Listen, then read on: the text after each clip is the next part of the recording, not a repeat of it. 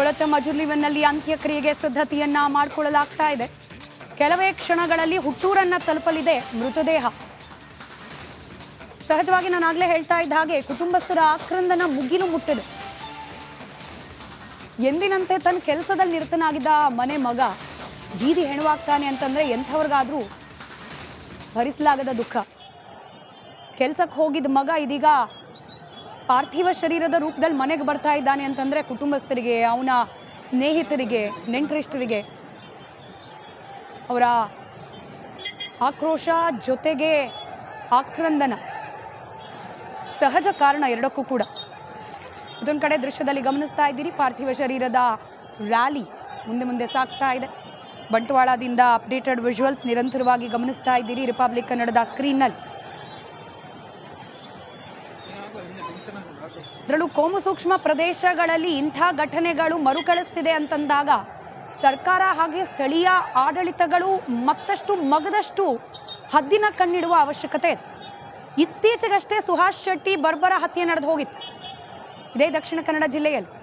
ಹೀಗಿದ್ದ ಸಂದರ್ಭದಲ್ಲಿ police ತಪಾಸಣೆಗಳನ್ನ, routine ತಪಾಸಣೆಗಳನ್ನ ಬಿಗಿಯಾಗಿಡಲೇಬೇಕಾದ ಅನಿವಾರ್ಯತೆ. ಅಂಥದ್ರ ನಡುವೆ ಕೂಡ ಈ ಘಟನೆ ನಡೆದು ಹೋಗಿದೆ. ಕೊಳತ ಮಜುಲಿವನಲ್ಲಿ ಅಂತ್ಯಕ್ರಿಯೆಗೆ ಸಿದ್ಧತೆಯನ್ನ ಮಾಡಿಕೊಳ್ಳಲಾಗ್ತಾ ಇದೆ. ಕೆಲವೇ ಕ್ಷಣಗಳಲ್ಲಿ ಹುಟ್ಟೂರನ್ನ ತಲುಪಲಿದೆ ಮೃತದೇಹ. ಸಹಜವಾಗಿ ನಾನು ಆಗಲೇ ಹೇಳ್ತಾ ಇದ್ದ ಹಾಗೆ ಕುಟುಂಬಸ್ಥರ ಆಕ್ರಂದನ ಮುಗಿಲು ಮುಟ್ಟಿದೆ. ಎಂದಿನಂತೆ ತನ್ನ ಕೆಲಸದಲ್ಲಿ ನಿರತನಾಗಿದ್ದ ಮನೆ ಮಗ ಬೀದಿ ಹೆಣವಾಗ್ತಾನೆ ಅಂತಂದ್ರೆ ಎಂಥವ್ರಿಗಾದ್ರೂ ಭರಿಸಲಾಗದ ದುಃಖ. ಕೆಲ್ಸಕ್ಕೆ ಹೋಗಿದ್ದ ಮಗ ಇದೀಗ ಪಾರ್ಥಿವ ಶರೀರದ ರೂಪದಲ್ಲಿ ಮನೆಗೆ ಬರ್ತಾ ಇದ್ದಾನೆ ಅಂತಂದ್ರೆ ಕುಟುಂಬಸ್ಥರಿಗೆ, ಅವನ ಸ್ನೇಹಿತರಿಗೆ, ನೆಂಟರಿಷ್ಟರಿಗೆ ಅವರ ಆಕ್ರೋಶ ಜೊತೆಗೆ ಆಕ್ರಂದನ ಸಹಜ ಕಾರಣ ಎರಡಕ್ಕೂ ಕೂಡ. ಇದೊಂದು ಕಡೆ ದೃಶ್ಯದಲ್ಲಿ ಗಮನಿಸ್ತಾ ಇದ್ದೀರಿ, ಪಾರ್ಥಿವ ಶರೀರದ ರ್ಯಾಲಿ ಮುಂದೆ ಸಾಗ್ತಾ ಇದೆ. ಬಂಟ್ವಾಳದಿಂದ ಅಪ್ಡೇಟೆಡ್ ವಿಜುವಲ್ಸ್ ನಿರಂತರವಾಗಿ ಗಮನಿಸ್ತಾ ಇದ್ದೀರಿ ರಿಪಬ್ಲಿಕ್ ಕನ್ನಡದ ಸ್ಕ್ರೀನ್ನಲ್ಲಿ. ಅದರಲ್ಲೂ ಕೋಮು ಸೂಕ್ಷ್ಮ ಪ್ರದೇಶಗಳಲ್ಲಿ ಇಂಥ ಘಟನೆಗಳು ಮರುಕಳಿಸ್ತಿದೆ ಅಂತಂದಾಗ ಸರ್ಕಾರ ಹಾಗೆ ಸ್ಥಳೀಯ ಆಡಳಿತಗಳು ಮತ್ತಷ್ಟು ಮಗದಷ್ಟು ಹದ್ದಿನ ಕಣ್ಣಿಡುವ ಅವಶ್ಯಕತೆ ಇದೆ.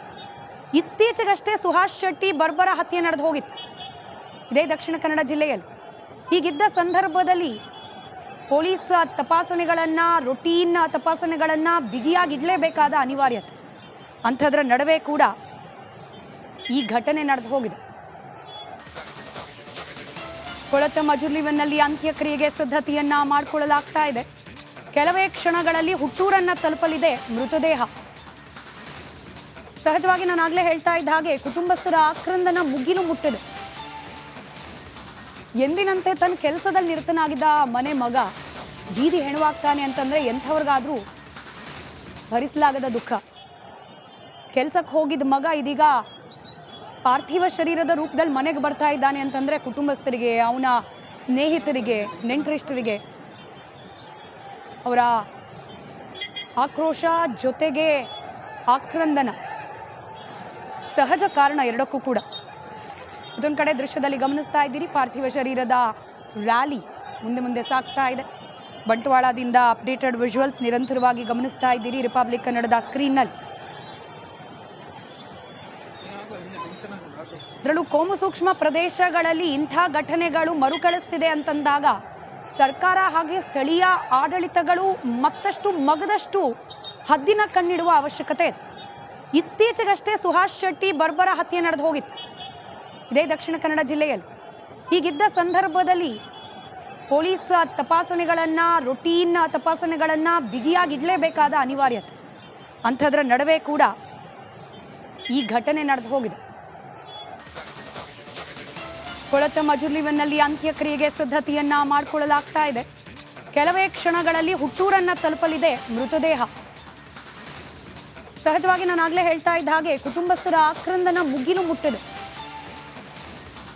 ಎಂದಿನಂತೆ ತನ್ನ ಕೆಲಸದಲ್ಲಿ ನಿರತನಾಗಿದ್ದ ಮನೆ ಮಗ ಬೀದಿ ಹೆಣವಾಗ್ತಾನೆ ಅಂತಂದ್ರೆ ಎಂಥವ್ರಿಗಾದ್ರೂ ಭರಿಸಲಾಗದ ದುಃಖ. ಕೆಲ್ಸಕ್ಕೆ ಹೋಗಿದ್ದ ಮಗ ಇದೀಗ ಪಾರ್ಥಿವ ಶರೀರದ ರೂಪದಲ್ಲಿ ಮನೆಗೆ ಬರ್ತಾ ಇದ್ದಾನೆ ಅಂತಂದ್ರೆ ಕುಟುಂಬಸ್ಥರಿಗೆ, ಅವನ ಸ್ನೇಹಿತರಿಗೆ, ನೆಂಟರಿಷ್ಟರಿಗೆ ಅವರ ಆಕ್ರೋಶ ಜೊತೆಗೆ ಆಕ್ರಂದನ ಸಹಜ ಕಾರಣ ಎರಡಕ್ಕೂ ಕೂಡ. ಇದೊಂದು ಕಡೆ ದೃಶ್ಯದಲ್ಲಿ ಗಮನಿಸ್ತಾ ಇದ್ದೀರಿ, ಪಾರ್ಥಿವ ಶರೀರದ ರ್ಯಾಲಿ ಮುಂದೆ ಸಾಗ್ತಾ ಇದೆ. ಬಂಟ್ವಾಳದಿಂದ ಅಪ್ಡೇಟೆಡ್ ವಿಜುವಲ್ಸ್ ನಿರಂತರವಾಗಿ ಗಮನಿಸ್ತಾ ಇದ್ದೀರಿ ರಿಪಬ್ಲಿಕ್ ಕನ್ನಡದ ಸ್ಕ್ರೀನ್ನಲ್ಲಿ. ಅದರಲ್ಲೂ ಕೋಮು ಸೂಕ್ಷ್ಮ ಪ್ರದೇಶಗಳಲ್ಲಿ ಇಂಥ ಘಟನೆಗಳು ಮರುಕಳಿಸ್ತಿದೆ ಅಂತಂದಾಗ ಸರ್ಕಾರ ಹಾಗೆ ಸ್ಥಳೀಯ ಆಡಳಿತಗಳು ಮತ್ತಷ್ಟು ಮಗದಷ್ಟು ಹದ್ದಿನ ಕಣ್ಣಿಡುವ ಅವಶ್ಯಕತೆ ಇದೆ. ಇತ್ತೀಚೆಗಷ್ಟೇ ಸುಹಾಸ್ ಶೆಟ್ಟಿ ಬರ್ಬರ ಹತ್ಯೆ ನಡೆದು ಹೋಗಿತ್ತು ಇದೇ ದಕ್ಷಿಣ ಕನ್ನಡ ಜಿಲ್ಲೆಯಲ್ಲಿ. ಹೀಗಿದ್ದ ಸಂದರ್ಭದಲ್ಲಿ ಪೊಲೀಸ್ ತಪಾಸಣೆಗಳನ್ನು, ರೊಟೀನ್ ತಪಾಸಣೆಗಳನ್ನು ಬಿಗಿಯಾಗಿಡಲೇಬೇಕಾದ ಅನಿವಾರ್ಯತೆ. ಅಂಥದ್ರ ನಡುವೆ ಕೂಡ ಈ ಘಟನೆ ನಡೆದು ಹೋಗಿದೆ. ಕೊಳತ ಮಜುಲಿವನ್ನಲ್ಲಿ ಅಂತ್ಯಕ್ರಿಯೆಗೆ ಸಿದ್ಧತೆಯನ್ನ ಮಾಡಿಕೊಳ್ಳಲಾಗ್ತಾ ಇದೆ. ಕೆಲವೇ ಕ್ಷಣಗಳಲ್ಲಿ ಹುಟ್ಟೂರನ್ನ ತಲುಪಲಿದೆ ಮೃತದೇಹ.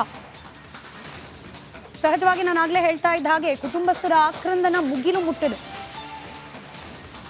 ಎಂದಿನಂತೆ ತನ್ನ ಕೆಲಸದಲ್ಲಿ ನಿರತನಾಗಿದ್ದ ಮನೆ ಮಗ ಬೀದಿ ಹೆಣವಾಗ್ತಾನೆ ಅಂತಂದ್ರೆ ಎಂಥವ್ರಿಗಾದ್ರೂ ಭರಿಸಲಾಗದ ದುಃಖ.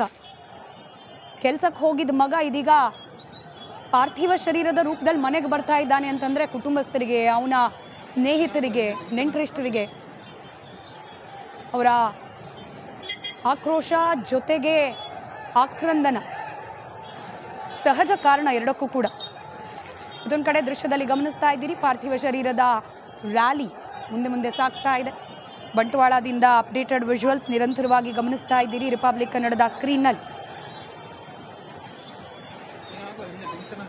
ಅದರಲ್ಲೂ ಕೋಮು ಸೂಕ್ಷ್ಮ ಪ್ರದೇಶಗಳಲ್ಲಿ ಇಂಥ ಘಟನೆಗಳು ಮರುಕಳಿಸ್ತಿದೆ ಅಂತಂದಾಗ ಸರ್ಕಾರ ಹಾಗೆ ಸ್ಥಳೀಯ ಆಡಳಿತಗಳು ಮತ್ತಷ್ಟು ಮಗದಷ್ಟು ಹದ್ದಿನ ಕಣ್ಣಿಡುವ ಅವಶ್ಯಕತೆ ಇದೆ. ಇತ್ತೀಚೆಗಷ್ಟೇ ಸುಹಾಸ್ ಶೆಟ್ಟಿ ಬರ್ಬರ ಹತ್ಯೆ ನಡೆದು ಹೋಗಿತ್ತು ಇದೇ ದಕ್ಷಿಣ ಕನ್ನಡ ಜಿಲ್ಲೆಯಲ್ಲಿ. ಹೀಗಿದ್ದ ಸಂದರ್ಭದಲ್ಲಿ ಪೊಲೀಸ್ ತಪಾಸಣೆಗಳನ್ನು, ರೊಟೀನ್ ತಪಾಸಣೆಗಳನ್ನು ಬಿಗಿಯಾಗಿಡಲೇಬೇಕಾದ ಅನಿವಾರ್ಯತೆ. ಅಂಥದ್ರ ನಡುವೆ ಕೂಡ ಈ ಘಟನೆ ನಡೆದು ಹೋಗಿದೆ. ಕೊಳತ ಮಜುಲಿವನ್ನಲ್ಲಿ ಅಂತ್ಯಕ್ರಿಯೆಗೆ ಸಿದ್ಧತೆಯನ್ನ ಮಾಡಿಕೊಳ್ಳಲಾಗ್ತಾ ಇದೆ. ಕೆಲವೇ ಕ್ಷಣಗಳಲ್ಲಿ ಹುಟ್ಟೂರನ್ನ ತಲುಪಲಿದೆ ಮೃತದೇಹ. ಸಹಜವಾಗಿ ನಾನು ಆಗ್ಲೇ ಹೇಳ್ತಾ ಇದ್ದ ಹಾಗೆ ಕುಟುಂಬಸ್ಥರ ಆಕ್ರಂದನ ಮುಗಿಲು ಮುಟ್ಟಿದೆ. ಎಂದಿನಂತೆ ತನ್ನ ಕೆಲಸದಲ್ಲಿ ನಿರತನಾಗಿದ್ದ ಮನೆ ಮಗ ಬೀದಿ ಹೆಣವಾಗ್ತಾನೆ ಅಂತಂದ್ರೆ ಎಂಥವ್ರಿಗಾದ್ರೂ ಭರಿಸಲಾಗದ ದುಃಖ. ಕೆಲ್ಸಕ್ಕೆ ಹೋಗಿದ್ದ ಮಗ ಇದೀಗ ಪಾರ್ಥಿವ ಶರೀರದ ರೂಪದಲ್ಲಿ ಮನೆಗೆ ಬರ್ತಾ ಇದ್ದಾನೆ ಅಂತಂದ್ರೆ ಕುಟುಂಬಸ್ಥರಿಗೆ, ಅವನ ಸ್ನೇಹಿತರಿಗೆ, ನೆಂಟರಿಷ್ಟರಿಗೆ ಅವರ ಆಕ್ರೋಶ ಜೊತೆಗೆ ಆಕ್ರಂದನ ಸಹಜ ಕಾರಣ ಎರಡಕ್ಕೂ ಕೂಡ. ಇದೊಂದು ಕಡೆ ದೃಶ್ಯದಲ್ಲಿ ಗಮನಿಸ್ತಾ ಇದ್ದೀರಿ, ಪಾರ್ಥಿವ ಶರೀರದ ರ್ಯಾಲಿ ಮುಂದೆ ಸಾಗ್ತಾ ಇದೆ. ಬಂಟ್ವಾಳದಿಂದ ಅಪ್ಡೇಟೆಡ್ ವಿಜುವಲ್ಸ್ ನಿರಂತರವಾಗಿ ಗಮನಿಸ್ತಾ ಇದ್ದೀರಿ ರಿಪಬ್ಲಿಕ್ ಕನ್ನಡದ ಸ್ಕ್ರೀನ್ನಲ್ಲಿ.